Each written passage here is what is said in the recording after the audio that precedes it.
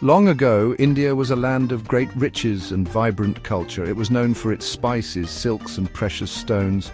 People from far and wide came to trade and experience its wonders. India was a land of kings and queens, poets and scholars.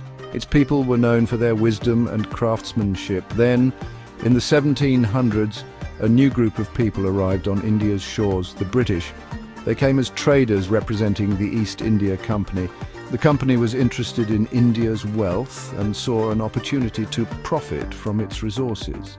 They established trading posts and gradually increased their influence. The British were different from the people of India. They spoke a different language, wore different clothes, and had different customs. At first, they seemed content with trade, but slowly they began to exert their control, taking advantage of the divisions within India. The British were skilled at playing different rulers against each other.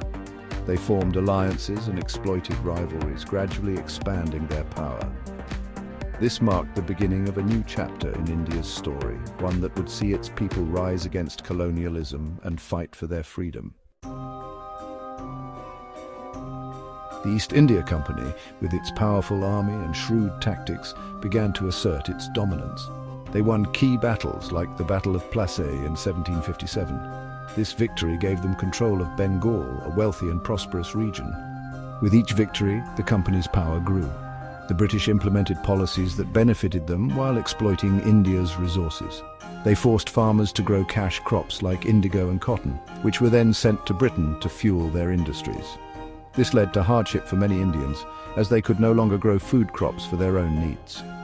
The company's rule was marked by greed and exploitation. They taxed the Indian people heavily and lived in grand style, while many Indians struggled to make ends meet. The British saw themselves as superior to the Indians and treated them with disdain.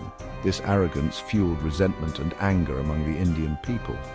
As the company tightened its grip, a sense of unease spread across the land.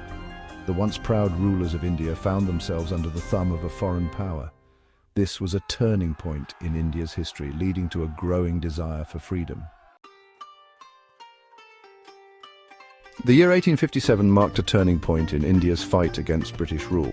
It began with a seemingly small act of defiance. Indian soldiers known as sepoys refused to use new rifle cartridges that were rumored to be greased with animal fat. This was against the religious beliefs of both Hindu and Muslim soldiers. The British saw this as mutiny and responded with brutal force. The sepoys, in turn, rose up against their British officers. The rebellion spread like wildfire across northern India. From Meerut to Delhi, Kanpur to Lucknow, Indians from all walks of life joined the fight, princes and peasants, soldiers and civilians. While the rebellion was ultimately crushed by the British, it had a profound impact. It showed the British that their rule was not unchallenged and that the Indian people were capable of putting up a strong fight. The 1857 uprising was a testament to the courage and resilience of the Indian people. Though it did not achieve independence, the rebellion sowed the seeds for the long and arduous struggle that lay ahead. It ignited a spark of nationalism in the hearts of Indians, a spark that would continue to grow in the coming decades. Section 4, The Seed of Nationalism. A new dream takes root.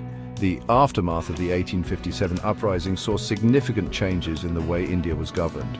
The British Crown took direct control, ending the East India Company's reign. However, the exploitation and discrimination continued.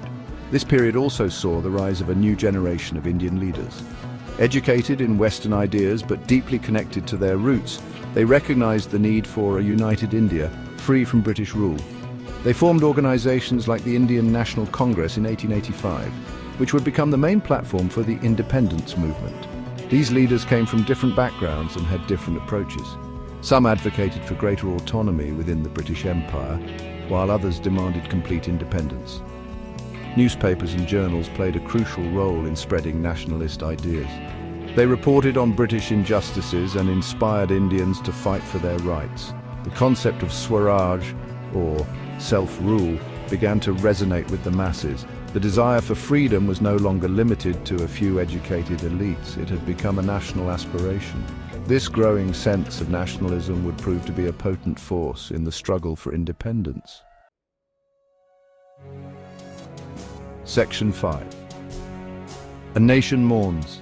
The shadows of Jallianwala Bagh. As the call for independence grew louder, so did the British resolve to suppress it. On April 13, 1919, a horrific event took place in Amritsar, Punjab, that would forever scar the Indian psyche. Thousands of unarmed men, women and children had gathered in Jallianwala Bagh, a walled garden, to protest peacefully against repressive British laws. General Dyer, a British military officer, ordered his troops to fire upon the unarmed crowd without warning. The firing continued for several minutes, leaving hundreds dead and many more injured. The Jallianwala Bagh massacre sent shockwaves across India and beyond. It exposed the brutal reality of British rule and galvanized the Indian people. The massacre became a symbol of British oppression and fueled the fire of the independence movement. The incident also had a profound impact on a young lawyer named Mahatma Gandhi, who was emerging as a leader of the Indian National Congress. He would go on to lead the freedom struggle using non-violent resistance, a testament to the power of peace in the face of brutality.